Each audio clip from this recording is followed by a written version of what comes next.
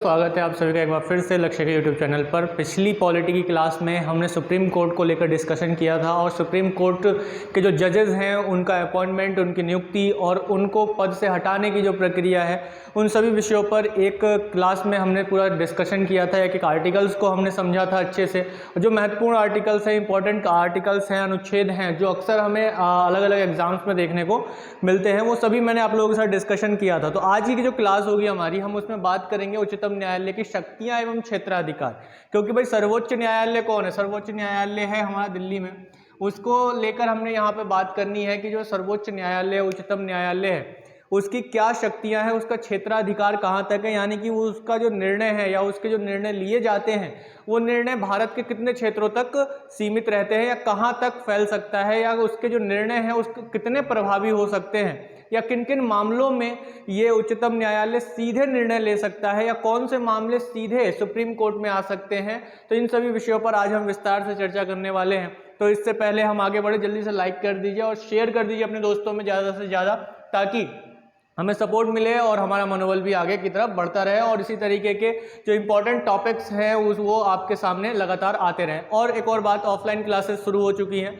आप वासुदेव इंस्टीट्यूट पर आकर हमारी ऑफलाइन क्लासेस ज्वाइन कर सकते हैं। रेगुलर जिस तरीके से आपको क्लासेस ऑनलाइन मिलती हैं, यूट्यूब पर हैं, आपको सीखने को मिलता है, उसी तरीके का बेहतर तरीक़ों से ही आपको क्लासेस में भी सिखाया जाएगा। तो जो लोग भी इच्छुक हैं जीएस पढ़ने के, मैथमेटिक्स या अदर जो एग्जाम रिलेटेड जो भी टॉपिक्स हैं, सिलेबस हैं, वो आकर आप ज्वाइन कर सकते हैं वासुदेव इंस्टीट्यूट पर। तो यहाँ पर वासुदेव इंस्टीट्यूट बुलंदशहर में, और यहाँ पर आपको सारी वो सुविधाएं मिलेंगी, वो सारे तरीके बताए जाएंगे जिससे आप अपना एग्ज़ाम अच्छे से क्लियरिफाई कर सकते हैं। तो स्पेशल जीएस की क्लास है, स्पेशल मैथ्स की क्लास भी है, अलग अलग क्लासेस भी चलती हैं। तो जो भी क्लासेस, जो कोई स्पेशल जीएस करना चाहता है उसके लिए बैच जल्दी ही शुरू हो जाएंगे। जो ही अलग स्पेशल मैथ करना चाहता है तो स्पेशल मैथ की क्लासेस भी शुरू हो जाएंगे। तो जल्दी से ज्वाइन कर लीजिए हमारे यूट्यूब चैनल को भी, और जो लोग ऑफलाइन पढ़ना चाहते हैं तो वासुदेव इंस्टीट्यूट पर आकर संपर्क कर सकते हैं। तो चलिए आगे आज हम बात करते हैं उच्चतम न्यायालय की शक्तियां एवं क्षेत्राधिकार को लेकर। तो भाई हमारे संविधान में उच्चतम न्यायालय की शक्तियों को बड़ा ही व्यापक तरीके से समझाया गया है। ठीक है, संविधान में जो है बड़े ही व्यापक स्तर पर इसको बताया गया है। व्यापक स्तर पर मतलब बड़े ही विस्तार से समझाया गया है। और हमारा संविधान न केवल यूएसए बल्कि ब्रिटेन के हाउस ऑफ लॉर्ड्स, यानी कि जो उसका उच्च सदन है, उच्च सदन कहाँ का? ब्रिटेन का जो उच्च सदन है। मैंने आप लोगों को जब पार्लियामेंट को समझाया था, संसद को समझाया था, तब मैंने बताया था जो उच्च सदन है ब्रिटेन का उसे हाउस ऑफ लॉर्ड्स कहते हैं। तो वहाँ पर इंग्लैंड में हम लोग जानते हैं कि इंग्लैंड में जो अपील की सबसे बड़ी संस्था है, उच्चतम संस्था है, वो कौन सी है? हाउस ऑफ लॉर्ड्स है, यानी कि ब्रिटेन का उच्च सदन है। तो ये अपीलीय उच्चतम संस्था है, वहाँ पर उच्चतम संस्था है, ये अपील की सबसे ऊंची संस्था है। इसी प्रकार से अगर हम संयुक्त राज्य अमेरिका की बात करें तो ये संयुक्त राज्य अमेरिका का जो न्यायालय है वो संघीय न्यायालय, संयुक्त राज्य अमेरिका का जो न्यायालय है वह कैसा न्यायालय है? संघीय न्यायालय है।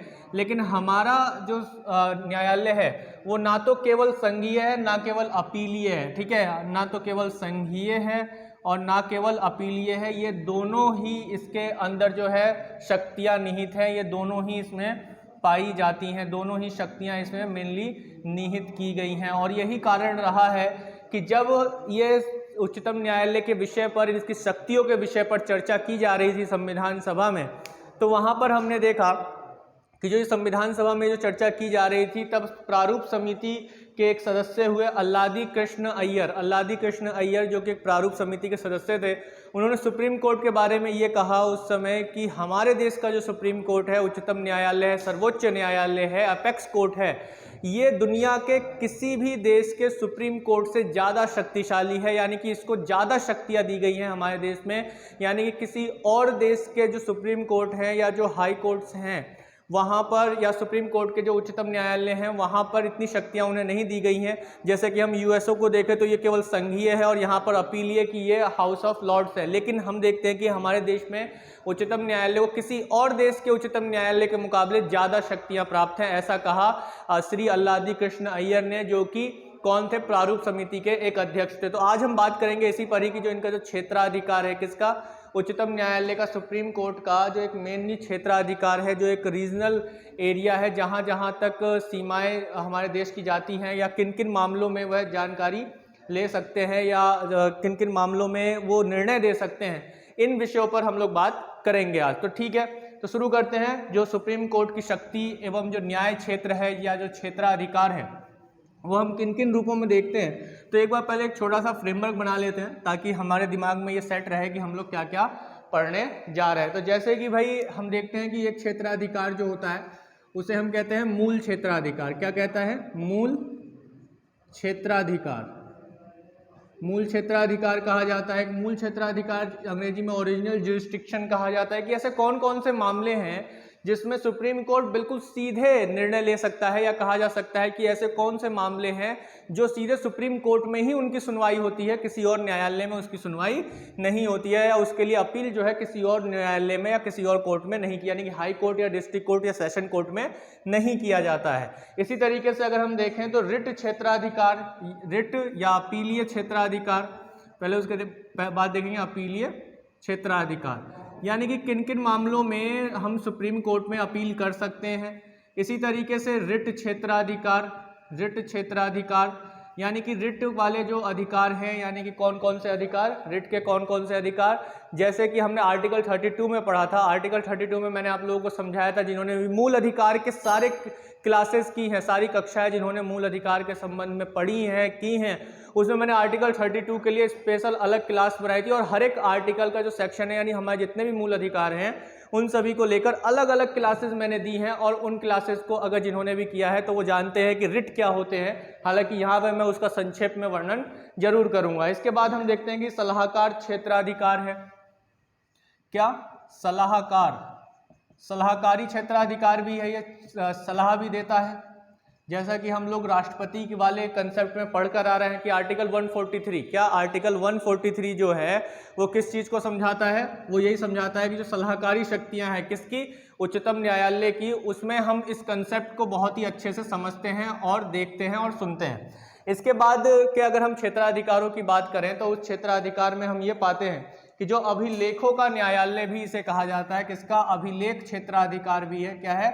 अभिलेख क्षेत्राधिकार भी है। तो अभिलेख क्षेत्राधिकार जो होगा बच्चे, वो क्या होगा? इसमें हम रिकॉर्ड इत्यादि के बारे में देखेंगे, कंटेम्प्ट ऑफ कोर्ट के बारे में देखेंगे और इन सब के आर्टिकल्स को एक एक करके समझेंगे। इसके अलावा ये जो क्षेत्राधिकार तो है ही है, लेकिन इनके अलावा संविधान ने हमारे सुप्रीम कोर्ट को, या हमारी जो विधान है या विधियां हैं जो संसद है, उसने अन्य कुछ महत्वपूर्ण शक्तियां भी दी हुई हैं जो अक्सर समाचारों में बनी रहती है। तो उन सभी आर्टिकल्स को भी एक एक करके हम लोग यहाँ पर समझने का पूरा प्रयास करेंगे।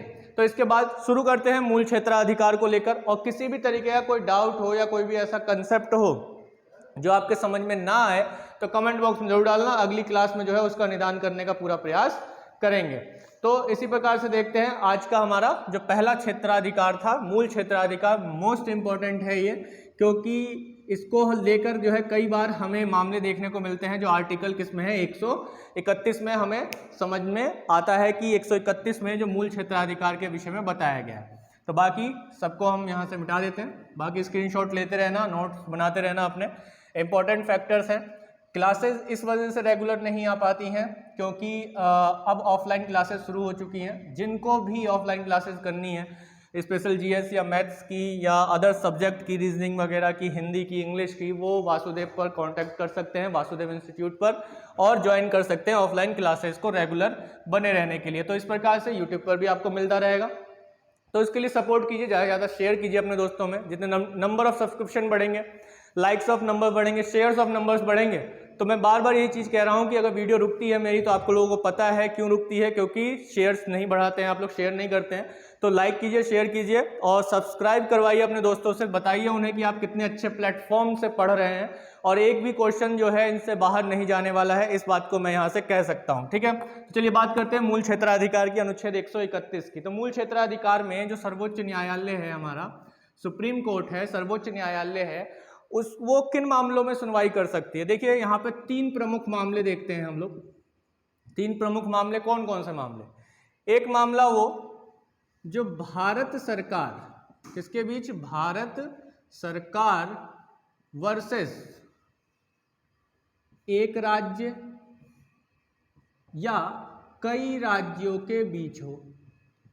मतलब क्या कि कोई मामला ऐसा आ गया है, कैसा मामला आ गया है, जिसमें भारत सरकार है एक तरफ और दूसरी तरफ विवाद हो गया है, कोई एक राज्य से हो गया है या फिर एक राज्य की जगह कई राज्यों से हो गया। जैसे मान लेते हैं भाई गवर्नमेंट ऑफ इंडिया तो है ही है ना, कोई मामला फंस जाता है, वर्सेस कर लेते हैं, केरल के साथ फंस गया मामला, चलो केरल के साथ फंस गया, तो या फिर ऐसे मामला हो कोई, या फिर केरल के साथ और भी राज्य हो, यूपी हो गया भाई, चलो बिहार हो गया मान लेते हैं, ठीक है, तो ऐसे कई राज्य हो गए। तो ये ऐसा कोई अगर मामला है तो वो सीधे सुनवाई कहाँ होगी, सुप्रीम कोर्ट में होगी, और उस पर मूल क्षेत्राधिकार किसको है, मूल क्षेत्राधिकार आपके सुप्रीम कोर्ट को है। माननीय सुप्रीम कोर्ट, माननीय उच्चतम न्यायालय को यह क्षेत्राधिकार है कि वह ऐसे किसी विषय पर, ऐसे किसी विवाद पर जो है सीधे सुनवाई उसकी कहाँ होगी, सुप्रीम कोर्ट में होगी, जो 131 के अंतर्गत सुप्रीम कोर्ट के मूल क्षेत्राधिकार के अंतर्गत आता है। इसके अलावा कोई और न्यायालय इन मामलों में सुनवाई नहीं कर सकता है। इसी तरीके से दो या अधिक राज्यों के बीच विवाद हो, भाई एक स्टेट कोई मान लेते हैं, चलिए मैं यहाँ पे स्टेट 1 लिख देता हूँ वर्सेस स्टेट 2, या कई स्टेट्स, कई राज्यों के बीच में। इसका भी उदाहरण देख लीजिए, मान लीजिए कि एक तरफ भाई उत्तर प्रदेश है वर्सेस बिहार हो गया, ठीक है, बिहार के, अब ये वाली कंडीशन कौन सी हो गई, केवल ये वाली हो गई। अब इसमें कोई भी आ सकता है, जैसे इसमें बिहार के अलावा और भी राज्य आ जाएं, जैसे उत्तराखंड हो गया, झारखंड हो गया, तो ऐसे राज्य भी आ जाएं। तो अगर राज्य और राज्यों के बीच में विवाद है तो उस पर भी मूल क्षेत्राधिकार किसका होगा, उस पर भी मूल क्षेत्राधिकार सुप्रीम कोर्ट का ही होगा। तो मूल क्षेत्राधिकार किसमें है, अनुच्छेद 131 में है, किसमें है, अनुच्छेद 131 में है। इसी तरीके से जो तीसरा है, तीसरा क्षेत्राधिकार क्या होगा, भारत सरकार और एक तरफ जो है क्या हो, गवर्नमेंट ऑफ इंडिया हो, क्या हो, गवर्नमेंट ऑफ इंडिया हो, प्लस स्टेट गवर्नमेंट हो, प्लस स्टेट गवर्नमेंट हो, राज्य सरकार हो, ठीक है। अब वर्सेस क्या हो, कोई स्टेट हो, कोई स्टेट हो या ज्यादा स्टेट्स हो। बात समझ में आ गई। एक तरफ तो गवर्नमेंट ऑफ इंडिया और एक स्टेट, जैसे उदाहरण गवर्नमेंट ऑफ इंडिया तो है ही है, कोई एक स्टेट ले लेते हैं, मान लिया कि भाई उत्तर प्रदेश है, यूपी है, ये दोनों एक पक्ष हैं, भारत सरकार और उत्तर प्रदेश। लेकिन वर्सेस में आ गया कि भाई बिहार है कोई, वर्सेस में बिहार के साथ विवाद हो गया इन दोनों का, या फिर बिहार के साथ और राज्य हैं, यूके हो गया, तमिलनाडु हो गया, मान लो तमिलनाडु आ जाता है यहाँ पे, ओडिशा आ जाता है, ठीक है। तो ये इस तरीके के जो विवाद हैं वो कहाँ सुलझाए जाएंगे, मूल क्षेत्राधिकार किस में आएगा, सुप्रीम कोर्ट में आएगा। तो सुप्रीम कोर्ट का ये क्षेत्राधिकार है, ये इसकी शक्ति है, ये इसका जुरिस्डिक्शन है कि इस प्रकार के मामलों में कोई और न्यायालय निर्णय नहीं देता है। लेकिन ऐसे भी कई मामले हैं जिस पर यह मूल क्षेत्राधिकार लागू नहीं होता है, ठीक है। ऐसे कौन से मामले हैं जिन पर यह क्षेत्राधिकार लागू नहीं होता है, यानी कि हम कह सकते हैं न्याय क्षेत्र लागू नहीं होता है, लागू नहीं होता है। ऐसे कौन से न्याय क्षेत्र हैं, तो भाई जैसे हम देखें इसमें, तो पहला कि ऐसा कोई विवाद जो जल विवाद है, अंतरराज्यीय जल विवाद है, दो राज्यों के बीच में क्या हो, जल विवाद हो, दो राज्यों के बीच में क्या हो, जल विवाद हो, ठीक है। अंतरराज्यीय जल विवाद, अंतरराज्यीय जल विवाद है कोई, मतलब एक नदी निकल रही है उत्तराखंड से, उत्तर प्रदेश में आ रही है, उत्तराखंड और उत्तर प्रदेश में उसके पानी को लेकर विवाद है। अक्सर हमें देखने को मिलता है, खास तौर पे कावेरी नदी जल विवाद को देखने को मिलता है, जिसमें कर्नाटक तमिलनाडु के बीच में हमेशा विवाद बना रहता है इसको लेकर। तो अगर नदी जल को लेकर विवाद है, ठीक है, तो वह सुप्रीम कोर्ट के मूल क्षेत्राधिकार के अंतर्गत सुनवाई उसकी नहीं होगी, उसके लिए अलग जल विवाद को निपटाने के लिए बोर्ड सुप्रीम कोर्ट बनाकर देता है, ठीक है। तो इस न्याय क्षेत्र के अंतर्गत ये लागू नहीं होगा, ठीक है। दूसरी बात क्या लागू नहीं होगी, वित्त आयोग के संदर्भ में कोई मामला है, किसके संदर्भ में, वित्त आयोग के संदर्भ में, वित्त आयोग के संदर्भ में कोई मामला है। अगर कोई मामला कैसा आता है, वित्त आयोग के संदर्भ में मामला आता है, यानी कि वित्त आयोग जो फाइनेंस कमीशन है, जल्दी से कमेंट बॉक्स में डालिए कि जो 15वां वित्त आयोग है उसके अध्यक्ष कौन है, ठीक है। जल्दी से कमेंट बॉक्स में आंसर डाल दीजिएगा, क्योंकि ये कई बार मैं आप लोगों को पीछे भी बता चुका हूं। तो जो वित्त आयोग के संदर्भ में कोई मामला है, वित्त आयोग ने किसी तरीके के बंटवारे करने में दिक्कत कर दी, किसी राज्य को ज्यादा दे दिया, केंद्र और राज्य के बीच में इस मामले को लेकर, किसको, वित्त आयोग को लेकर कोई विवाद आ जाता है, तो वह भी मूल क्षेत्राधिकार के अंतर्गत नहीं आएगा। केंद्र व राज्यों के मध्य कुछ खर्चों को लेकर विवाद हो जाए, किसके बीच में, गवर्नमेंट ऑफ इंडिया और स्टेट्स के बीच में क्या हो, कुछ खर्चों को लेकर विवाद हो जाए, यानी कि सेंटर ने मान लिया कि भाई किसी तरीके का फंड देने से मना कर दिया स्टेट को, ठीक है, कुछ खर्चों को लेकर विवाद हो जाए, खर्चों को लेकर विवाद हो जाए, फंड देने से मना कर दिया। अब जब ये फंड देने से मना कर दिया तो क्या होगा कि भाई फंड नहीं दिया तो हम कोर्ट जाएंगे, तो यहां पर भी जो है सीधे सुनवाई सुप्रीम कोर्ट में नहीं होगी, वह हाई कोर्ट में कर सकते हैं, अन्य सुनवाई तो होगी लेकिन मूल क्षेत्राधिकार के अंतर्गत नहीं होगी। किस मामले में, कुछ खर्चों को देने या पेंशन के मामले में कोई दिक्कत हो जाए तो उस चीज को लेकर यहां पर हम लोग बात करते हैं। इसी तरीके से कोई और मूल क्षेत्राधिकार, जैसे केंद्र और राज्य के बीच में किसी तरीके का कॉमर्शियल डिस्प्यूट हो जाए, कॉमर्शियल डिस्प्यूट हो जाए, यानी कि वाणिज्यिक विवाद हो जाए, किसके बीच में, गवर्नमेंट ऑफ इंडिया और स्टेट्स के बीच में, ठीक है, कोई साधारण विवाद हो ऐसा, तो यहां पर भी जो है चीजें आपको इसी प्रकार से दिखाई देंगी। केंद्र के खिलाफ राज्य को कोई नुकसान की भरपाई करना हो तो ऐसे जो विवाद हैं वो मूल क्षेत्राधिकार के अंतर्गत नहीं आते हैं, ठीक है, मूल क्षेत्राधिकार के अंतर्गत नहीं आते हैं। या फिर कोई ऐसा कानून हो जो पूर्व संवैधानिक हो, पूर्व संवैधानिक का मतलब क्या हो गया होगा, प्री कॉन्स्टिट्यूशन हो, यानी कि हमारा संविधान बनने से पहले कोई कानून बना था और वो आज भी लागू है, उस चीज को लेकर कोई विवाद है तो वो भी मूल क्षेत्राधिकार के अंतर्गत नहीं आता है। तो सबसे पहला मूल क्षेत्राधिकार क्या है, आर्टिकल 313 में है, और कौन कौन से विवाद आ सकते हैं वो आपको मैंने बता दिया है, और कौन से विवाद इसमें मूल क्षेत्राधिकार में नहीं आते हैं गिने चुने हैं, ध्यान रखिएगा, नोट्स बना लीजिएगा और बड़े आराम से जो है इसको आप लोग कर सकते हैं। इसके बाद हम देखते हैं एक और जो न्याय क्षेत्र है, मूल क्षेत्राधिकार से अलग जो न्याय क्षेत्र है या रिट अधिकारिता है, रिट को लेकर रिट को लेकर जो क्षेत्राधिकार है वो वाला, ठीक है, कि रिट क्षेत्राधिकार क्या होगा उसको हम लोग देखते हैं। यानी उससे पहले हम लोग देख लेते हैं अपीलीय को। रिट को हम अभी आगे थोड़ा सा देखेंगे क्योंकि उसे आसान है, वो समझने में इतना दिक्कत नहीं होगा, लेकिन समझने वाले जो कंसेप्ट हैं थोड़े से उसको पहले देख लेते हैं। तो अपीलीय को देखते हैं, पहले किसको देखेंगे, अपीलीय क्षेत्राधिकार को देख लेते हैं कि जो अपीलियंट क्षेत्राधिकार है वो उसमें क्या क्या चीजें आती हैं। तो जो अपीलीय क्षेत्राधिकार है उसमें हम कुछ आर्टिकल्स को देखते हैं, जैसे कुछ आर्टिकल्स 132, 133, तो पहले हेडिंग डाल लेते हैं अपीलीय क्षेत्राधिकार। अपीलीय क्षेत्राधिकार कौन सा क्षेत्राधिकार, अपीलीय क्षेत्राधिकार।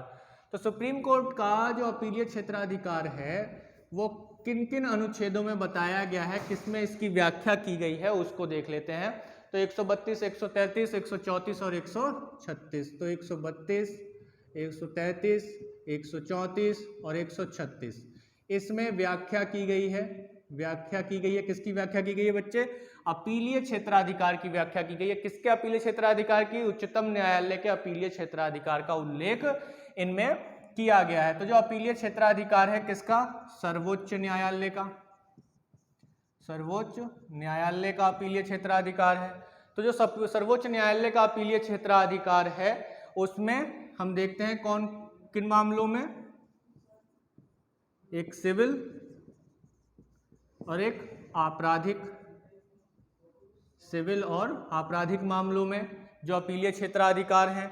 और इन मामलों में अपील का अंतिम जो हिस्सा है या अंतिम न्यायालय है, अपील का अंतिम न्यायालय क्या होगा, अपील का अंतिम न्यायालय आपका सर्वोच्च न्यायालय होगा। किन मामलों में, सिविल या आपराधिक मामलों में अपील का अंतिम न्यायालय, अंतिम न्यायालय, अंतिम न्यायालय कौन सा होगा, सिविल और आपराधिक का सर्वोच्च न्यायालय जो है सिविल और आपराधिक का अंतिम न्यायालय होगा, जहां पर आप अपील कर सकते हैं। अंतिम न्यायालय जहां आप अपील कर सकते हैं। देखिए अब ये मत सोचिएगा कि राष्ट्रपति के पास भी तो अपील कर सकते हैं, तो राष्ट्रपति कोई न्यायालय नहीं है, मैंने राष्ट्रपति की जो क्षमादान शक्तियाँ थी उसमें मैंने आप लोगों को बड़े स्पष्ट तरीके से बताया था कि राष्ट्रपति की जो क्षमादान शक्तियाँ हैं वो न्यायिक शक्तियाँ नहीं है, या कह सकते हैं कि वो न्यायालय से संबंधित शक्तियाँ नहीं, वो कोर्ट की तरह काम नहीं करता है।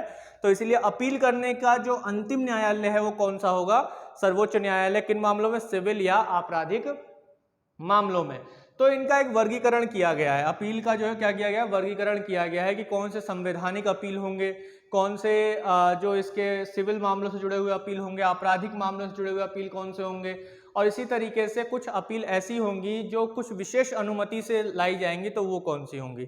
तो उस पर हम लोग बात कर लेते हैं थोड़ा थोड़ा। तो संवैधानिक विषयों से जुड़े हुए जो अपील हैं, कोई भी विवाद जो संवैधानिक विषयों से जुड़े हुए हैं, संवैधानिक विषयों से जुड़े हुए हैं अपील, ये विवाद क्या होंगे, ठीक है। तो उस पर बात कर लेते हैं। तो अपील क्षेत्राधिकार, जल्दी जल्दी करते हैं, ठीक है, फास्ट करते हैं, यानी तेजी से करते हैं, हमें इतना स्लो लेकर नहीं चलना है, बहुत तेजी से चलना है। और आप लोगों के माइंड में कोई भी क्वेश्चन हो, कोई भी डाउट हो किसी पॉइंट को लेकर, तो कमेंट जरूर कर देना, ठीक है, ताकि उसको अगली क्लास में मैं उसका निदान कर सकूं। और यदि आप प्रत्यक्ष रूप से संपर्क करना चाहते हैं तो मैं एक बार फिर से बोल देता हूं, वासुदेव इंस्टीट्यूट बुलंदशहर में आप हमसे संपर्क कर सकते हैं, सीधे आके प्रत्यक्ष रूप से बात कर सकते हैं। और अगर ऑफलाइन क्लासेस ज्वाइन करना चाहते हैं तो ऑफलाइन क्लासेस भी ज्वाइन कर सकते हैं, स्पेशली जीएस के लिए, मैथ के लिए, रीजनिंग, हिंदी, इंग्लिश इत्यादि विषयों के लिए आप हमें ज्वाइन कर सकते हैं फिजिकली भी। फिजिकल क्लासेस तो शुरू हो ही चुकी हैं।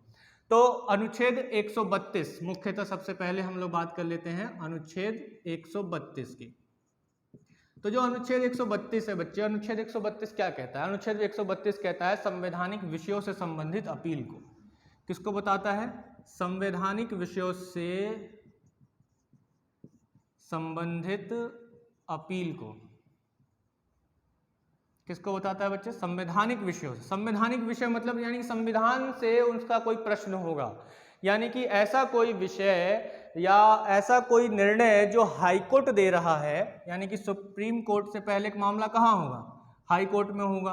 और हाई कोर्ट ने अपना अंतिम निर्णय रोका हुआ है, अंतिम निर्णय देने से पहले उसने देखा कि इसमें तो भाई कोई संवैधानिक या संवैधानिक प्रश्न उठ रहा है, संवैधानिक प्रश्न उठ रहा है।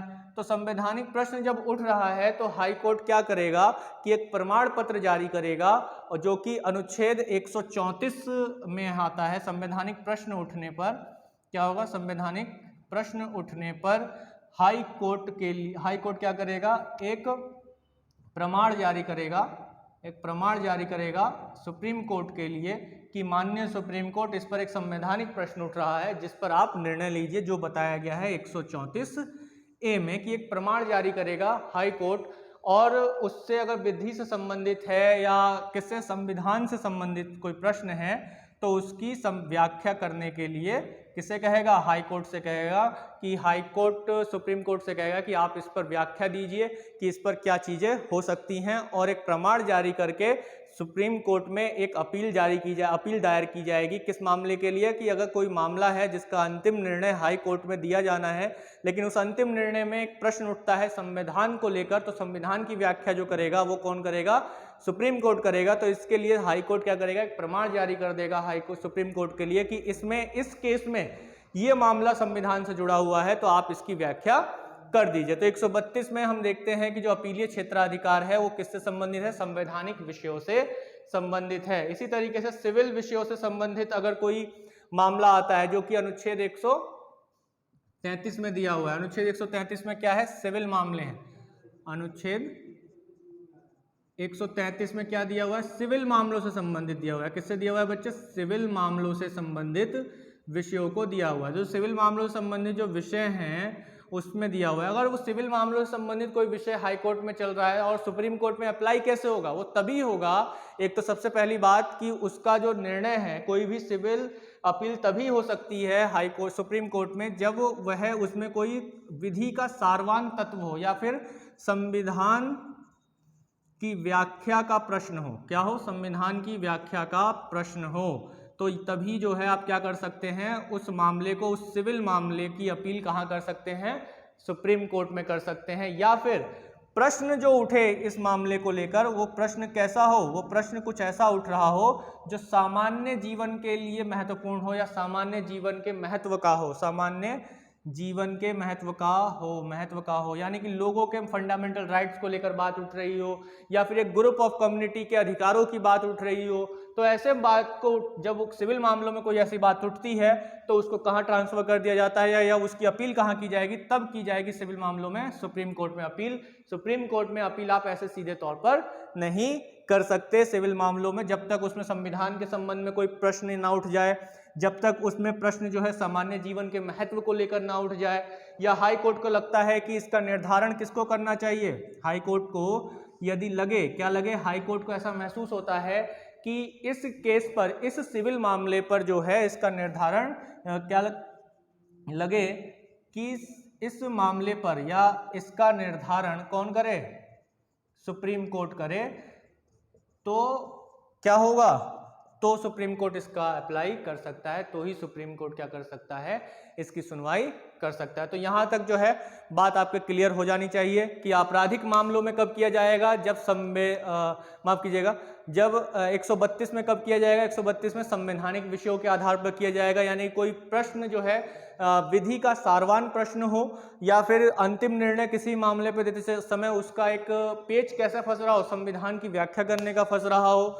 इसी तरीके से 133 में हम देखते हैं कि सिविल मामलों के संबंध में अपील की जाती है, और सिविल मामलों के संबंध में appeal high court supreme court में कब की जाएगी या अपेक्स कोर्ट में कब की जाएगी, वो तभी की जाएगी जब उस पर संविधान की व्याख्या का प्रश्न उठता हो, या फिर प्रश्न सामान्य जीवन के संबंध में उठता हो, या हाई कोर्ट को अगर लगता है कि इसका जो निर्धारण है, इसका जो अंतिम निर्णय है वो सुप्रीम कोर्ट को देना चाहिए, माननीय सुप्रीम कोर्ट को देना चाहिए, तो ही यह अपील सिविल मामलों की कहाँ होगी, जाके सुप्रीम कोर्ट में अपील की जा सकती है। तो इसी तरीके से अगर आपराधिक विषयों पर देखें तो आपराधिक विषयों पर बस इतना बताया गया है, यदि हाई कोर्ट को लगता है कि ये न्यायालय सुप्रीम कोर्ट को करना चाहिए तो सुप्रीम कोर्ट को ट्रांसफर कर दिया जाएगा, या फिर सुप्रीम कोर्ट को खुद लगता है कि वह मामला मेरे पास आना चाहिए आपराधिक मामला, तो सुप्रीम कोर्ट स्वयं उसे मंगा लेता है, तो ये आपराधिक मामलों पर हो जाता है। इसी तरीके से अगर आप देखेंगे अनुच्छेद 136 में, अनुच्छेद 136 में जो अपीलीय शक्तियां हैं, इसमें क्या बताया गया है,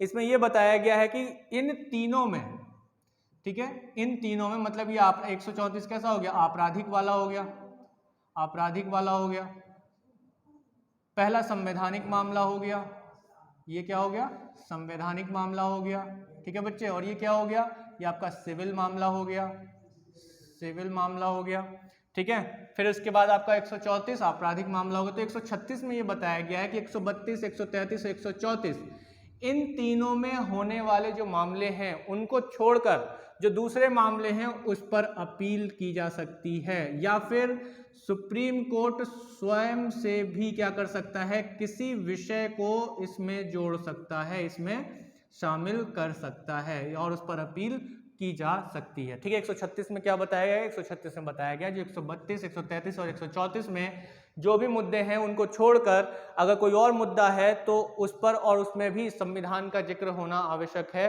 बस सुप्रीम कोर्ट किसी मामले को इसमें जोड़ सकता है और इसमें शामिल माना जाएगा। जो विषय इन तीनों ही अपील में शामिल ना हो उन विषयों को 136 में माना जाएगा। लेकिन एक बात हमें यहाँ पे ध्यान रखनी है कि कोर्ट मार्शल से संबंधित जो अपीलें हैं वो सुप्रीम कोर्ट में भी नहीं हो सकती हैं। किससे संबंधित?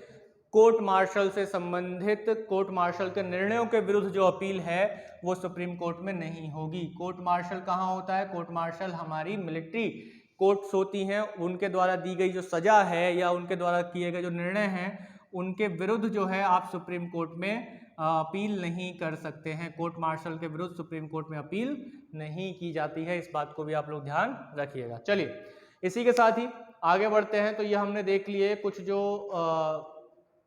आपके विषय थे, किससे संबंधित विषय थे? अपीलीय क्षेत्राधिकार से। मूल क्षेत्राधिकार देख लिया हमने 131 में है, अपीलीय क्षेत्राधिकार 132 में है। अब बात कर लेते हैं जो रिट क्षेत्राधिकार है, महत्वपूर्ण है, कोई रॉकेट साइंस नहीं है। जिन्होंने भी हमारे क्लासेस रेगुलर देखी हैं यूट्यूब पर और क्लासेस भी अगर उन्होंने ज्वाइन की हुई हैं हमारी ऑफलाइन, तो मैं यहाँ पे कह सकता हूँ कि उनको कोई भी दिक्कत नहीं होगी उसको समझने के लिए। तो मैं इसको मिटा देता हूँ। मैं आशा करता हूँ कि आप लोगों ने नोट्स तैयार कर लिए होंगे और लिख भी लिए होंगे और चीज़ें आप लोगों को अच्छे से समझ आ रही हैं, समझने में कोई दिक्कत नहीं हो रही है तो कमेंट ज़रूर कीजिएगा, थम्स अप ज़रूर दीजिएगा। और इसके साथ साथ अगर कोई डाउट है, किसी भी तरीके का प्रश्न मन में उठ रहा है तो कमेंट बॉक्स में ज़रूर लिखिएगा, ठीक है, ताकि उसका निदान जो है समय से किया जा सके, ठीक है। ऐसा मत कीजिए कि आपने कोई बहुत पुरानी वीडियो देखी है क्लास की और उस पर आपने कोई प्रश्न बन रहा है और आपने उस पर कोई डाउट पूछा है तो उस पर जो है उत्तर देना थोड़ा कठिन हो जाता है, क्योंकि वो काफ़ी पीछे की क्लासेस होती हैं और उसके जो कमेंट्स होते हैं वो थोड़े नहीं दिख पाते हैं और रेगुलर हम देख भी नहीं पाते हैं। तो इस वजह से जो रेगुलर क्लासेस डलती हैं उनको आप अगर रेगुलर देख रहे हैं तो आपको बड़े आसानी से इनके डाउट्स जो है आपको आसानी से मिल जाएंगे, ठीक है। तो शेयर कर दीजिए अपने दोस्तों को, सपोर्ट कीजिए। मैं बार बार बोल रहा हूँ, रेगुलर अगर आपको यूट्यूब पे क्लासेस चाहिए तो नंबर ऑफ सब्सक्रिप्शन ज़्यादा से ज़्यादा शेयर कीजिए अपने दोस्तों में, ताकि हमारा मनोबल बढ़े। नहीं तो अगर आप ऑफलाइन क्लासेस भी ज्वाइन करना चाहते हैं तो ज्वाइन कीजिए, रेगुलर क्लासेस अब शुरू हो चुकी हैं वासुदेव इंस्टीट्यूट पर। चलिए, तो अब इसके बाद बात करते हैं किसका, रिट क्षेत्राधिकार का। किसका बात करते हैं बच्चे, रिट क्षेत्राधिकार का, ठीक है। जो रिट क्षेत्राधिकार है, जो रिट क्षेत्राधिकार है ये किसमें है, इसके लिए एक अनुच्छेद है, काफी महत्वपूर्ण अनुच्छेद है आपका, अनुच्छेद 32। हर कोई जानता है जो अनुच्छेद 32 है ये काफी महत्वपूर्ण आपका क्षेत्राधिकार है। अनुच्छेद 32 में जो दिया गया है वो कौन सा क्षेत्राधिकार दिया गया है, रिट क्षेत्राधिकार दिया गया है। कौन सा, रिट क्षेत्राधिकार दिया गया है। रिट क्षेत्राधिकार जो है सर्वोच्च न्यायालय को, किसको, सर्वोच्च न्यायालय को क्यों दिया गया है, जो सर्वोच्च न्यायालय है उसको क्यों दिया गया है रिट क्षेत्राधिकार। तो रिट क्षेत्राधिकार बच्चे सर्वोच्च न्यायालय को इसलिए दिया गया है ताकि वह नागरिकों के मूल अधिकारों, किसका बच्चे, मूल अधिकारों की क्या कर सके, रक्षा कर सके, ठीक है। रक्षा के लिए, मूल अधिकारों की रक्षा के लिए, नागरिकों के मूल अधिकारों की रक्षा के लिए रिट क्षेत्राधिकार उच्चतम न्यायालय को किस अनुच्छेद में, अनुच्छेद 32 में दिया गया। तो ये मैंने फंडामेंटल राइट्स भाग 3 में भी बताया है, जो संविधान का भाग 3 है जिसमें हम मूल अधिकारों को पढ़ते हैं, उसमें भी मैंने आपको बताया कि अनुच्छेद 32 किस तरीके से काम करता है। तो रक्षा के लिए क्या करता है सुप्रीम कोर्ट हमारा, यह रिट जारी करता है। तो इन रिटों को जारी कौन करता है, इन रिटों को जारी करता है हमारा सुप्रीम कोर्ट, माननीय उच्चतम न्यायालय इसको जारी करते हैं। तो ये जो रिट है, इस रिट के कितने टाइप्स हैं, इस रिट के टाइप्स हैं 5, ठीक है। तो ये 5 प्रकार के होते हैं और आप सभी लोग स्पष्ट रूप से जानते हैं कौन कौन से, बंदी प्रत्यक्षीकरण, बंदी प्रत्यक्षीकरण, ठीक है, जिसे अंग्रेजी में क्या बोलते हैं, हैबियस कॉर्पस बोलते हैं। क्या बोलते हैं, हैबियस कॉर्पस बोलते हैं, हैबियस कॉर्पस, ठीक है, हैबियस कॉर्पस।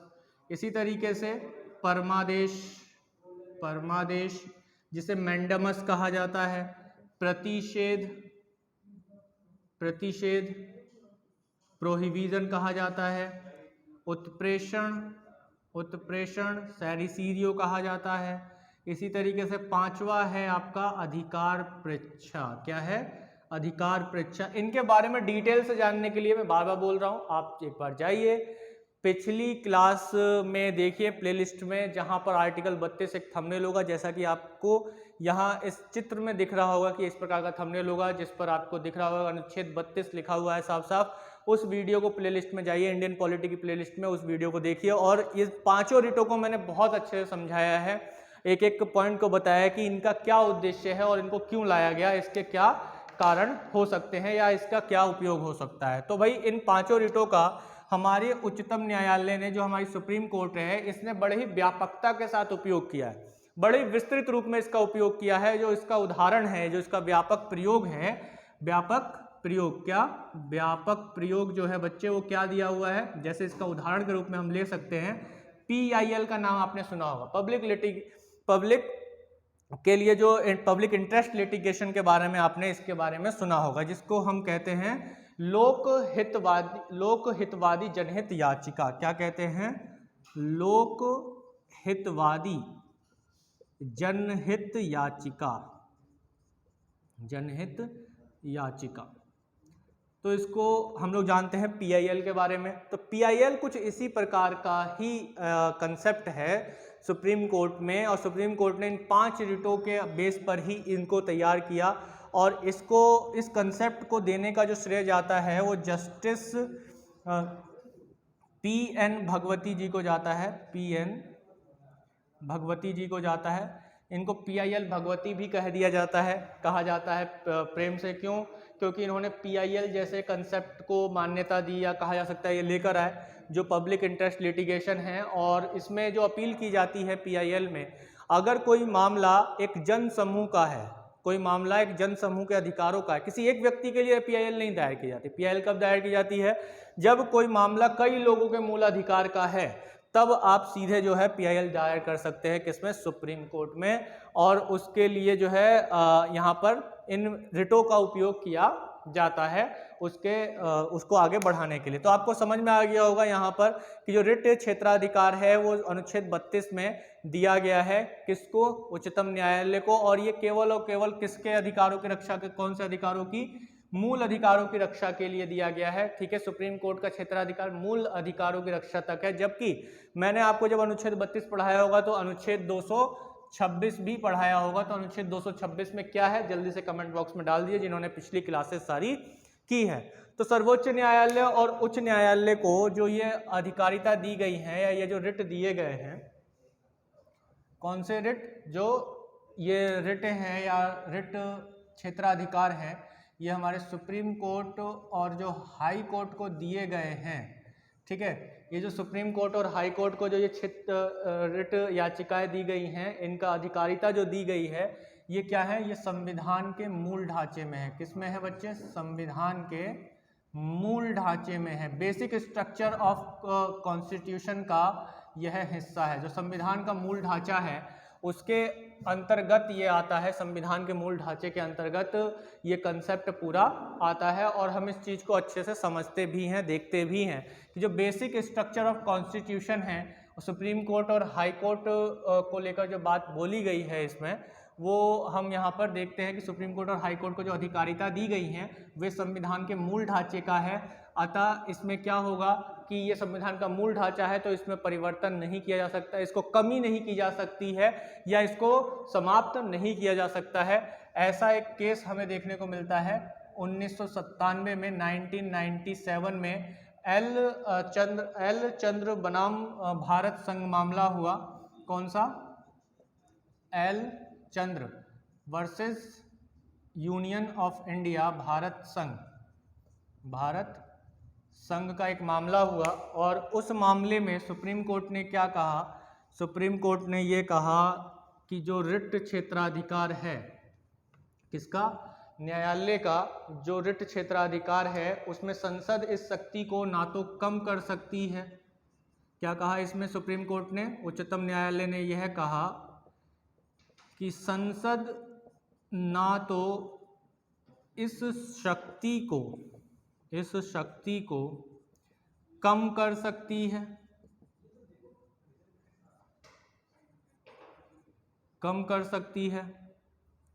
या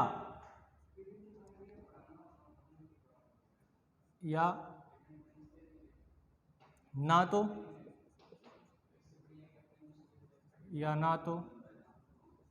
समाप्त कर सकती है,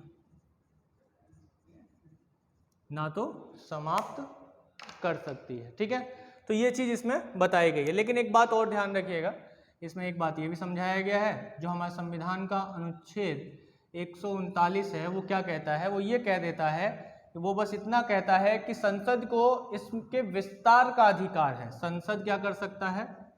संसद अधिकारिता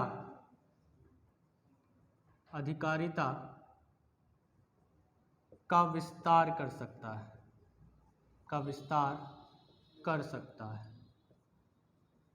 संसद क्या कर सकता है? इस अधिकारिता का विस्तार कर सकता है, लेकिन कम नहीं कर सकता। इस बात को सुप्रीम कोर्ट ने पहले ही यहाँ पर बता दिया है, क्योंकि मामला यहीं से उठ रहा था कि जब अनुच्छेद 139 में ये बोला गया है कि संसद अधिकारिता का विस्तार कर सकता है, ये बोला हुआ है हमारे संविधान में, ये नहीं बोला हुआ है कि कम कर सकता है, समाप्त कर, बस इतना बोला हुआ है कि अधिकारिता का विस्तार कर सकता है, उसको और बढ़ा सकता है।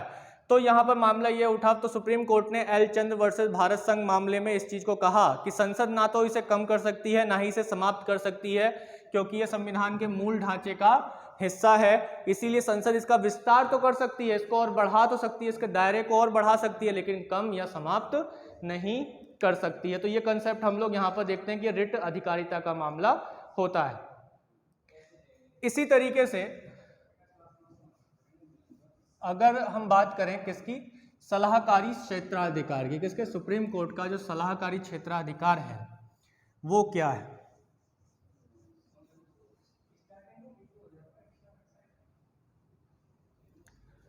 सलाहकारी क्षेत्राधिकार, सुप्रीम कोर्ट का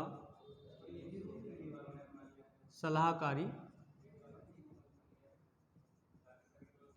क्षेत्राधिकार, ठीक है। जो एडवाइजरी क्षेत्राधिकार है उसकी हम बात करते हैं, तो हम जानते हैं सुप्रीम कोर्ट को सलाहकारी क्षेत्राधिकार है कि यह विधिक मामलों पर जो है राय दे सकता है राष्ट्रपति को। तो इसके लिए हम दो अनुच्छेद देखते हैं, अनुच्छेद 143(1) और अनुच्छेद 143(2).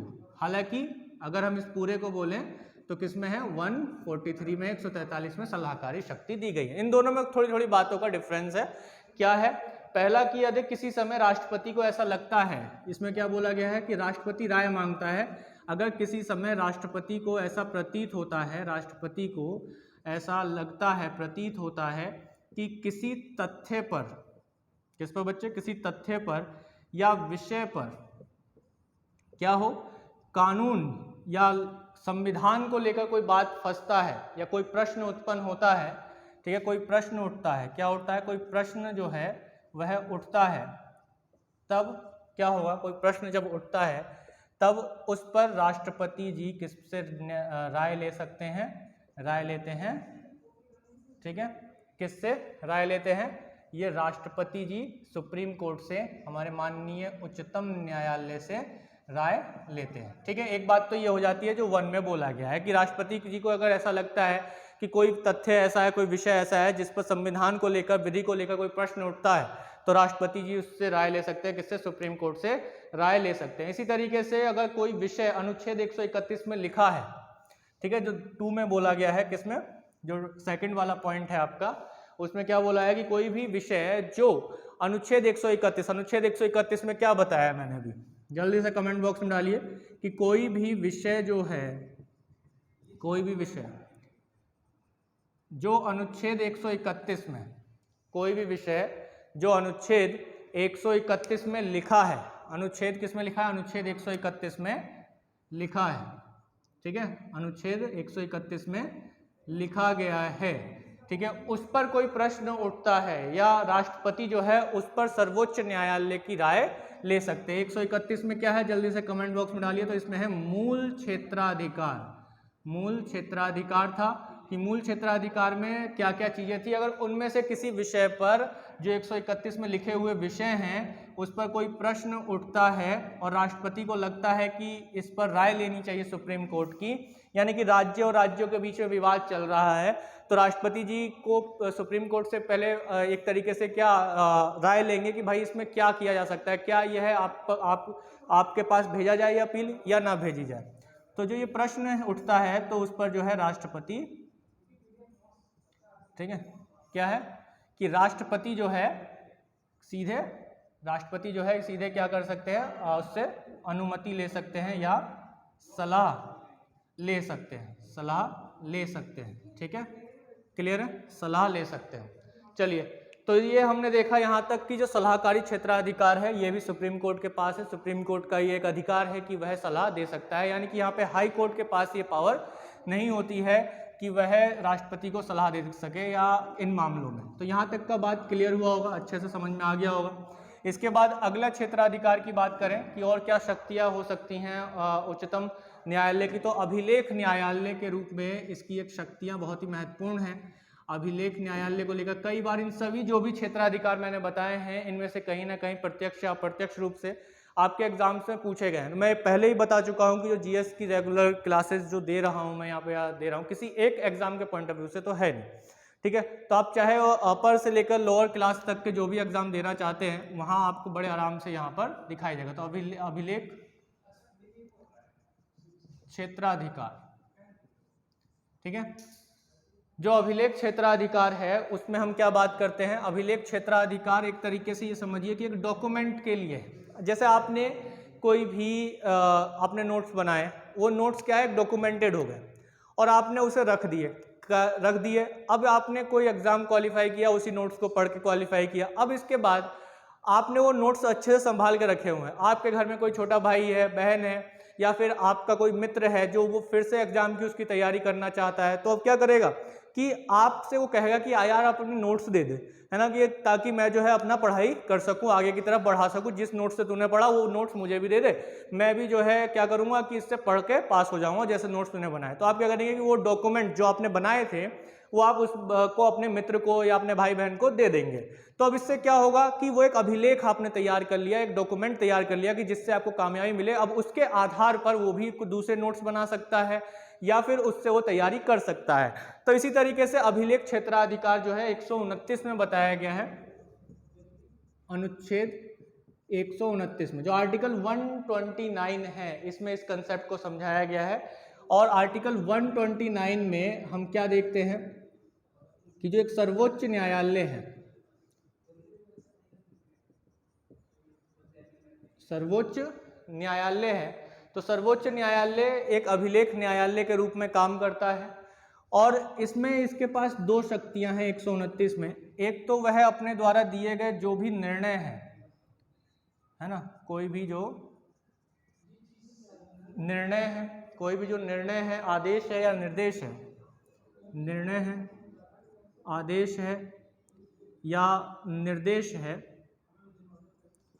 उसका जैसे आपने नोट्स का डॉक्यूमेंटेशन बना लिया, डॉक्यूमेंट में कन्वर्ट कर लिया, बना लिया, उसी तरीके से ये क्या कर सकता है, एक स्मृति के रूप में सुरक्षित रख सकता है। स्मृति में उसे सुरक्षित रखना होगा, ताकि भविष्य में इसी प्रकार के अगर इसी प्रकार के कोई अगर निर्णय हाई कोर्ट में कोई मामला आता है या डिस्ट्रिक्ट या सेशन कोर्ट में कोई मामला आता है, तो सुप्रीम कोर्ट के द्वारा उसी प्रकार के केस पे दिए गए पुराने निर्णय को आधार बनाकर वह न्यायालय कार्य कर सकता है और उस मामले को जल्द से जल्द निपटा सकता है। दूसरा जो कंसेप्ट है इसमें कंटेम्प्ट ऑफ कोर्ट की बात आपने सुनी होगी, यानी कि न्यायालय की अवमानना।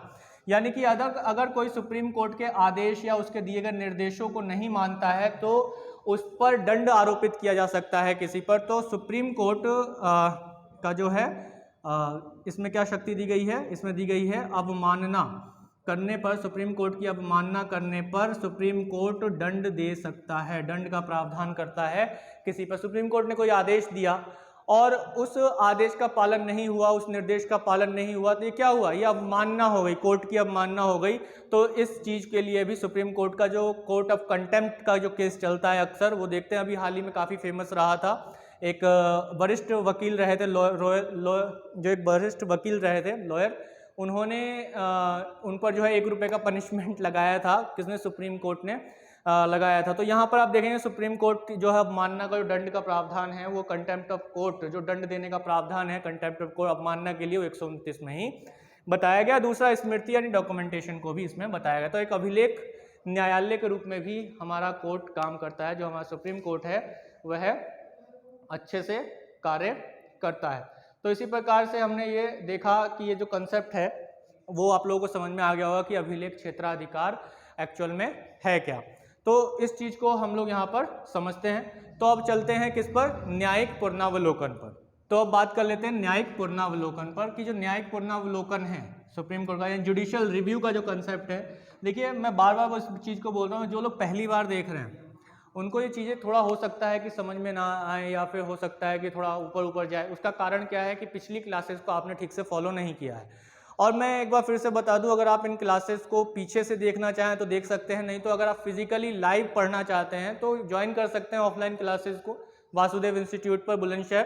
तो आराम से आप ज्वाइन कर सकते हैं। और जो ऑफलाइन क्लासेस हैं वो शुरू हो चुकी है सैटरडे संडे को छोड़कर, क्योंकि अभी भी सैटरडे संडे का जो है लॉकडाउन है ही है।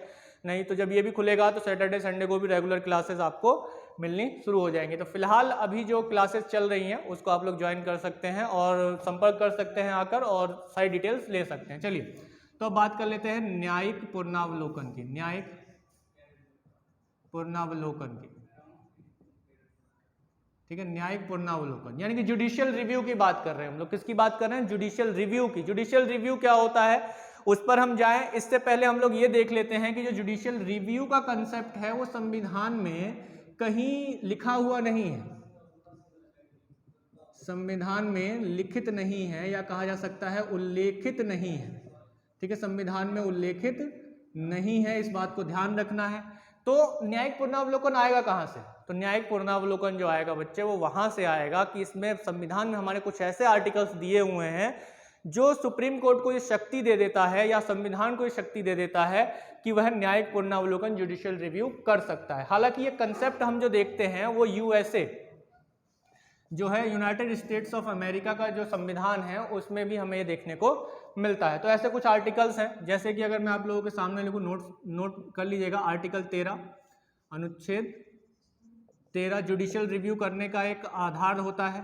अनुच्छेद 32 131 से 136, अनुच्छेद 131 से 136। इसी तरह से अगर हम देखें तो अनुच्छेद 143, 145, अनुच्छेद 143, अनुच्छेद 145, अनुच्छेद 226 जो कि हाई कोर्ट को लेकर बात करता है, अनुच्छेद 246, अनुच्छेद 246 और इसी तरीके की बात करता है अनुच्छेद 376, अनुच्छेद 372, माफ कीजिएगा, अनुच्छेद 372। तो ये जो आर्टिकल्स हैं 13, 32, 131 से 136, 143, 145, 226, 246, 272, माफ ये 372। तो ये जो आर्टिकल्स हैं ये सारे आर्टिकल संबंध रखते हैं किससे? न्यायिक पुनरावलोकन से, न्यायिक जुडिशियल रिव्यू से। अब प्रश्न ये उठ रहा होगा कि जुडिशियल रिव्यू होता क्या है, जिनको नहीं पता है। तो जुडिशियल रिव्यू क्या होता है कि मान लीजिए विधानमंडल से कोई कानून बना, तो विधानमंडल से कोई कानून बन रहा है। विधानमंडल का मतलब क्या हो गया बच्चे? विधानमंडल का मतलब हो गया जहां पर कानून बनते हैं। जैसे कि केंद्र में हमारे यहाँ संसद है, तो राज्य में विधानसभा और विधान परिषद है।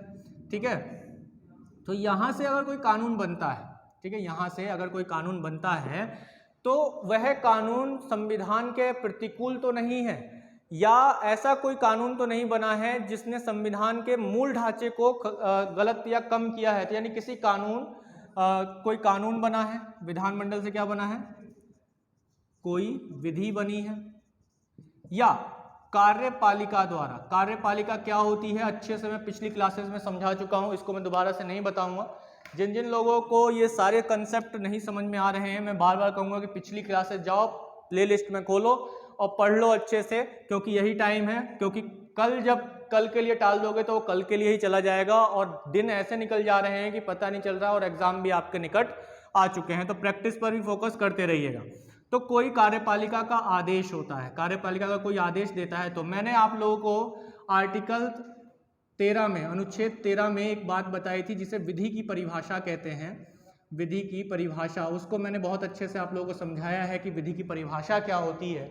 उसको आप लोग बहुत अच्छे से एक बार पढ़ लेना, आर्टिकल 13 को अच्छे से समझ लेना, तो आपको अच्छे से समझ में आ जाएगा कि कार्यपालिका के आदेश भी कानून के अंतर्गत आते हैं। तो यहाँ पे कोई विधि या कोई आदेश जो विधानमंडल द्वारा या कार्यपालिका द्वारा कोई आदेश आ रहा है और वह क्या हो? वह संविधान के प्रतिकूल हो। किसके प्रतिकूल हो? संविधान के नियमों के, संविधान के प्रतिकूल हो। जब संविधान के प्रतिकूल का मतलब क्या हो गया? कि उसके अगेंस्ट है, उसके समान नहीं है, यानी कि उसको हानि पहुंचाने की काम कर रहा है। कोई भी कानून या विधि ऐसी बनाई गई है जो संविधान के नियमों के विरुद्ध है, उसके प्रावधानों के बिल्कुल विरुद्ध है। तो अब यहाँ पे क्या कर देगी हमारी न्यायपालिका? जो हमारी न्यायपालिका है, जो जुडिशियरी है, वो क्या कर देगी? उस विधि को या उस आदेश को निरस्त करने की शक्ति रखती है न्यायिक पुनरावलोकन। यानी कि अब उसे रिव्यू करेगी, उस कानून को सुप्रीम कोर्ट या हाई कोर्ट क्या करेगा? रिव्यू करेगा। यहाँ पे अगर सुप्रीम कोर्ट की बात करें तो सुप्रीम कोर्ट क्या करेगा? उसको रिव्यू करेगा, उसको देखेगा कि ये संविधान के किस कानून के विरुद्ध जा रहा है या किस विधि के विरुद्ध जा रहा है। मान लीजिए कि कोई कानून ऐसा आपको बना दिया है कि भाई जिसने आपके अनुच्छेद 14, जो अनुच्छेद 14 है आपका, उसमें क्या है? विधि के समक्ष समता एवं विधियों का समान संरक्षण, जो मूल अधिकार है उसके अगेंस्ट हो गया, उसके प्रतिकूल हो गया, तो इस पर क्या होगा कि सुप्रीम कोर्ट हमारा क्या कर देगा कि ऐसा कानून जो इसके प्रतिकूल है उसको क्या कर देगा, खत्म कर देगा, निरस्त कर देगा। तो उसी को हम लोग क्या बोलते हैं, जुडिशियल रिव्यू बोलते हैं। और इसके साथ साथ ये भी हो सकता है, दूसरी बात, दूसरा रिव्यू का एक मतलब क्या होता है, एक मतलब ये भी होता है कि कोर्ट ने या न्यायपालिका ने, मान लिया सुप्रीम कोर्ट ने कोई निर्णय दिया, ठीक है, अपना कोई निर्णय दिया, और उस निर्णय का वह एक बार फिर से पुनरावलोकन कर सकता है, उसका रिव्यू कर सकता है, उसको क्या कर सकता है, रिव्यू कर सकता है, और रिव्यू करके उसे बदल भी सकता है, ठीक है, उसे बदल भी सकता है। कौन, सुप्रीम कोर्ट। एक मामला कि अगर विधानमंडल या फिर कार्यपालिका के आदेश जो दिए गए हैं वो क्या हो, संविधान के प्रतिकूल हो, तब भी न्यायपालिका उसे निरस्त कर देगी। दूसरा क्या होगा कि न्यायिक पुनरावलोकन, यानी कि जो जुडिशियल रिव्यू है उसमें एक दूसरी बात क्या हो जाती है, पहला आप ये लिख लीजिएगा, दूसरा आप यहाँ लिख लीजिएगा कि सुप्रीम कोर्ट ने अपने कोई किसी कानून पर, किसी विषय पर अपना निर्णय दिया और उसके बाद एक रिव्यू पिटीशन डाली गई, तो सुप्रीम कोर्ट क्या करेगा, उसको एक बार रिव्यू करेगा और देखेगा कि भाई अच्छा यहाँ गलती हो गई थी इसका निर्णय देने में, तो वो है उसको बदल भी सकता है। तो ये भी आपका इसी में ही आता है। तो अगर हम निरस्त करने के उदाहरण देखें तो ऐसे कई मामले हैं, जैसे कि 1967 में गोलकनाथ विवाद जो है, बात जो है उसमें का एक कानून को, यानी कि जो बैंकों का राष्ट्रीयकरण था उसको लेकर बने जो कानून थे उसको निरस्त करने की बात थी। ऐसे ही 1973 में केशवानंद भारती मामला, केशवानंद भारती मामला जो संविधान के मूल ढांचे को पहली बार देश के सामने रखता है, संविधान में जोड़ता है कि संविधान का भी कोई एक मूल ढांचा होता है, उसको भी मैंने अच्छे से आप लोगों के साथ डिस्कशन किया है। तो संविधान के मूल ढांचे को लेकर जो केशवानंद भारती मामला है उसमें भी कई ऐसे कानूनों को निरस्त करने की बात की गई जो संविधान के मूल ढांचे के विरुद्ध है। इसी तरीके से मिनर्वा मिल्स मामला जो 1980 में हुआ, इसी में भी कई कानूनों को जो है निरस्त करने की बात की गई जो संविधान के मूल ढांचे या संविधान के प्रतिकूल था उन सब चीज़ों को। तो यहाँ पर हम लोग देखते हैं कि ये कानून जो है एक न्यायिक पुनरावलोकन की शक्ति हमारे जुडिशरी को देते हैं और यहाँ से हमारे अच्छे खासे प्रश्न बन जाते हैं। तो आर्टिकल्स इनके बेसिकली ध्यान रखिएगा। तो इसी के साथ ही ये तो थे कुछ ऐसे क्षेत्राधिकार जिनको हम अच्छे से डिफाइन कर सकते हैं, समझ सकते हैं और देख सकते हैं, सुन सकते हैं। लेकिन यदि हम यहीं पे बात करें कि सर्वोच्च न्यायालय की जो कुछ अन्य शक्तियां हैं, है ना, कौन कौन सी अन्य शक्तियां हैं जो उसे संविधान या कुछ अधिनियमों से प्राप्त होती हैं, उस पर हम एक छोटा सा दृष्टिकोण अपना डाल लेते हैं जल्दी से। तो चलिए, यहाँ तक मुझे लगता है कि आप लोगों ने लिख लिया होगा, नोट डाउन कर भी लिया होगा। तो आगे बढ़ते हैं जल्दी फटाक से आगे की तरफ। तो अगला कंसेप्ट जो है हमारा कि जो अन्य कुछ शक्तियां हैं जो संविधान या फिर एक तरीके से कहा जा सकता है कुछ बाद में बनाए गए कुछ अधिनियमों द्वारा हमारे उच्चतम न्यायालय को प्राप्त होती हैं, वो कौन कौन सी शक्तियां हैं उस पर एक नज़र, एक दृष्टि जल्दी से डाल लेते हैं। तो हेडिंग डाल लीजिएगा आप लोग, क्या, अन्य शक्तियां, अन्य शक्तियां, ठीक है, अदर पावर्स। तो सबसे पहले अगर हम इसमें बात करें अनुच्छेद 137 की, किसकी, अनुच्छेद 137 की, आर्टिकल 137। इसमें क्या कहा गया है, इस आर्टिकल में कहा गया है कि सर्वोच्च न्यायालय अपने निर्णयों या आदेशों पर पुनर्विचार कर सकता है।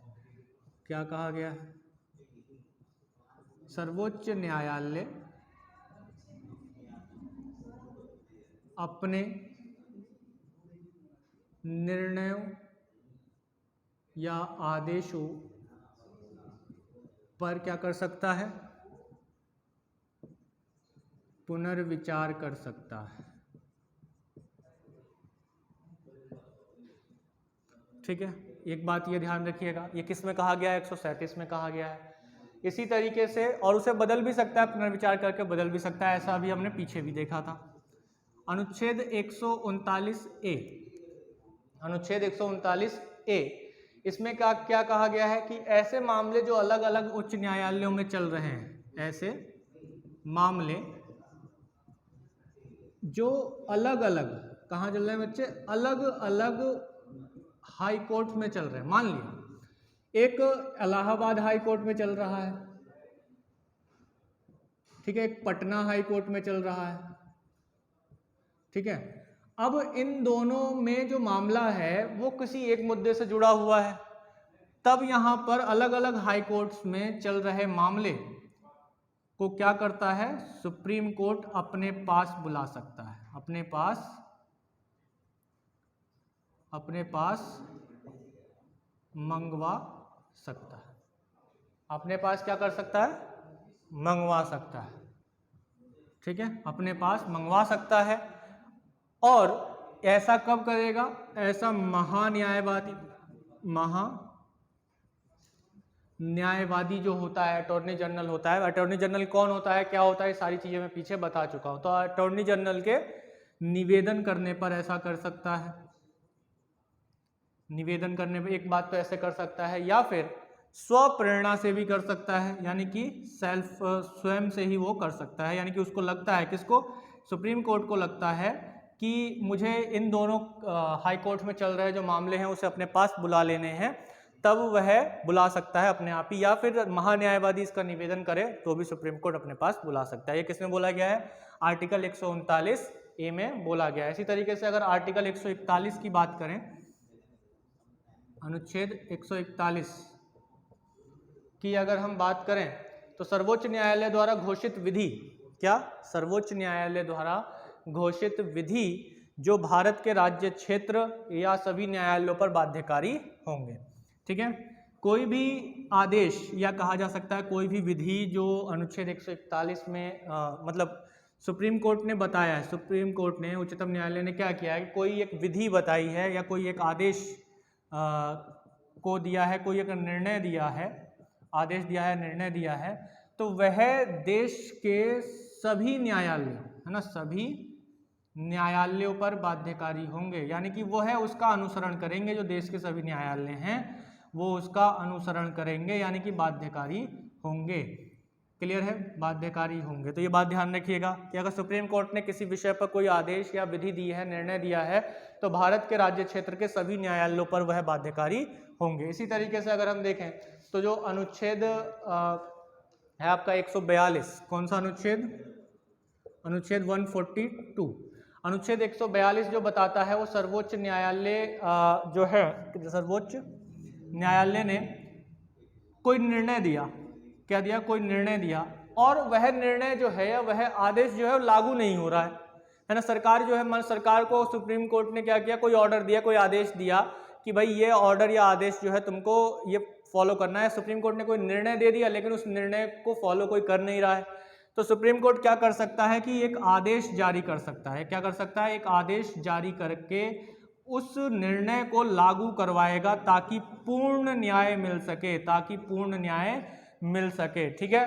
क्लियर है। उस अपने निर्णय को भी लागू करवाने के लिए या आदेश को लागू करवाने के लिए भी एक आदेश या निर्णय दे सकता है सुप्रीम कोर्ट, जो 142 में उसको ये शक्ति प्राप्त है ताकि पूर्ण न्याय मिल सके जिसको भी ये न्याय मिलना था। इसके अलावा 142 में ही एक बात और बोली गई है, क्या बोली गई है कि सुप्रीम कोर्ट हाई कोर्ट किसी एक हाई कोर्ट से किसी दूसरे हाई कोर्ट में, किसी एक हाई कोर्ट से किसी दूसरे हाई कोर्ट में किसी मामले को ट्रांसफर कर सकता है। ये भी किसमें बताया गया है, 142 में बताया गया है, ठीक है, बात ध्यान रखिएगा। इसी तरीके से अगर हम बात करें अनुच्छेद 145 की, किसकी बात करें, अनुच्छेद 145 की, तो मैं ऊपर का ये मिटा देता हूँ। आई होप आप लोगों ने नोट डाउन कर ही लिया होगा और चीज़ें आप लोगों को अच्छे से समझ में आ ही रही होंगी। कोई भी डाउट हो तो कमेंट बॉक्स में जरूर डालिएगा, और अगर फेस टू फेस आप मिलना चाहते हैं तो 10 बजे के बाद जो है आप वासुदेव इंस्टीट्यूट पर मुझसे मिल सकते हैं, अपने डाउट्स को क्लियर कर सकते हैं। मैं बार बार इस चीज़ को आपको बता भी रहा हूँ। तो अनुच्छेद 145, जो अनुच्छेद 145 है, 145 है, ये सर्वोच्च न्यायालय इसमें क्या कर सकता है, सर्वोच्च न्यायालय सुप्रीम कोर्ट जो है, जो उसकी प्रक्रिया है ना, जो उसका कार्य की प्रक्रिया है, कार्य संबंधी जो प्रक्रिया है सुप्रीम कोर्ट की, क्या हो, कार्य संबंधी प्रक्रिया जो है किसकी, सुप्रीम कोर्ट की जो कार्य संबंधी प्रक्रिया है बच्चे, उस कार्य संबंधी प्रक्रिया के लिए नियम बना सकता है। क्या बना सकता है, नियम बना सकता है। लेकिन यह नियम कब बनाएगा, राष्ट्रपति के अनुमोदन के बाद, यानी राष्ट्रपति को आज्ञा, राष्ट्रपति से पहले पूछना पड़ेगा, राष्ट्रपति उसे अनुमोदित करेंगे, फिर उसके बाद ही कोई नियम बना सकता है अपने कार्य को करने संबंधी। और जो नियम बनाएगा वह नियम संसद द्वारा बनाए गए किसी विधि का उल्लंघन ना हो। किसका, संसद द्वारा कोई विधि बनाई गई है, कोई नियम बनाया गया है किसके लिए, सुप्रीम कोर्ट के लिए, उसके विरुद्ध ना हो, संसद द्वारा बनाए गए विधि का उल्लंघन ना हो, ठीक है। तो संसद द्वारा बनाए गए विधि का उल्लंघन ना हो, ये कंसेप्ट भी हमें ध्यान में रखना होगा। सुप्रीम कोर्ट को 145 में वह अपने कार्य संबंधी प्रक्रिया के लिए नियम बना सकता है, लेकिन राष्ट्रपति की अनुमति से। लेकिन जो नियम बनाएगा वो ऐसा नियम ना हो कि संसद ने जो नियम बनाए हैं, जो विधि बनाई है, उसका उल्लंघन करता हो, ठीक है। तो ये चीज यहाँ पर देखी जाती है। इसी तरीके से अगर हम कुछ और एक महत्वपूर्ण देखें कि सर्वोच्च न्यायालय को संविधान की व्याख्या का अंतिम अधिकार है, ठीक है। सर्वोच्च न्यायालय को संविधान की व्याख्या का अंतिम अधिकार है। इसके लिए कुछ आर्टिकल्स बताए गए हैं और ये संविधान में दिए गए कुछ आर्टिकल्स हैं, जिसमें क्या बताया गया है कि जो अनुच्छेद हैं कौन कौन से, उसको देख लेते हैं पहले। अनुच्छेद 13 सबसे महत्वपूर्ण है, बार बार कह रहा हूँ। अनुच्छेद 13 को एक बार जाकर अपनी पिछली क्लासेस में देखिए, प्लेलिस्ट में जाकर देखिए कि जब मैंने मूल अधिकार शुरू किया था तो मूल अधिकार में सबसे पहले अनुच्छेद 12 और 13 को बहुत अच्छे से समझाया था मैंने कि उसमें क्या है, 132 और 133, फिर इसके बाद 132 तथा 133। ये जो आर्टिकल्स हैं ये क्या बताते हैं कि संविधान की व्याख्या का अंतिम तथा पूर्ण अधिकार, संविधान की व्याख्या का तथा व्याख्या का पूर्ण अधिकार, संविधान की व्याख्या का पूर्ण अधिकार, यानी कि इसके अलावा कोई और जो है व्याख्या नहीं कर सकता है संविधान की। कौन? सुप्रीम कोर्ट के अलावा, ठीक है। जो हमारा सुप्रीम कोर्ट है उसके अलावा संविधान की पूर्ण व्याख्या कोई और नहीं कर सकता है।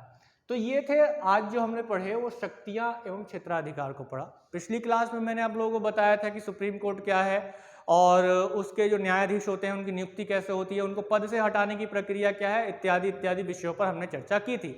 उससे पहले भी हमने बहुत सारी चीज़ों को पढ़ लिया है, पार्लियामेंट को पढ़ लिया है, पार्लियामेंट की शक्तियाँ पढ़ ली हैं, समितियाँ पढ़ ली हैं, राष्ट्रपति, उपराष्ट्रपति, प्रधानमंत्री पढ़ लिया है। उससे पहले के जो कंसेप्ट है, राज्य के नीति निर्देशक तत्व हैं या जो आपके फंडामेंटल ड्यूटीज़ हैं या फंडामेंटल राइट्स हैं, या उससे पहले सिटीजनशिप है, और उससे पहले जो राज्य का क्षेत्र एवं उसका जो न्याय क्षेत्र है इत्यादि, इन विषयों पर हमने अच्छे चर्चा की है। प्रस्तावना भी हम लोग पढ़ चुके हैं।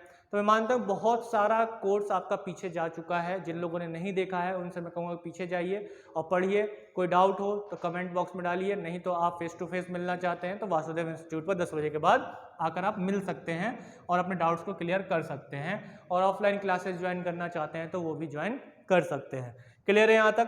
तो ये आज तक हमने देखा अनुच्छेद 31, 132, 133 और अदर्स जो आर्टिकल्स हैं जो सुप्रीम कोर्ट के एरिया को दिखाते हैं, क्षेत्राधिकार को दिखाते हैं कि सुप्रीम कोर्ट की कार्यशैली क्या होगी, किन किन मामलों पर उसका अधिकार है, कहाँ कहाँ तक शक्तियाँ हैं, उसकी इन विषयों पर हमने बात की। अगली क्लास हम बात करेंगे राज्यों को लेकर, राज्यपाल से संबंधित शक्तियाँ, राज्य विधानमंडल, मुख्यमंत्री और उनके मंत्री परिषद, फिर हाई कोर्ट को लेकर और महाधिवक्ता को लेकर बात वहाँ पर हम लोग करेंगे। तो यहाँ तक आज की क्लास में हम इतना ही रहने देते हैं।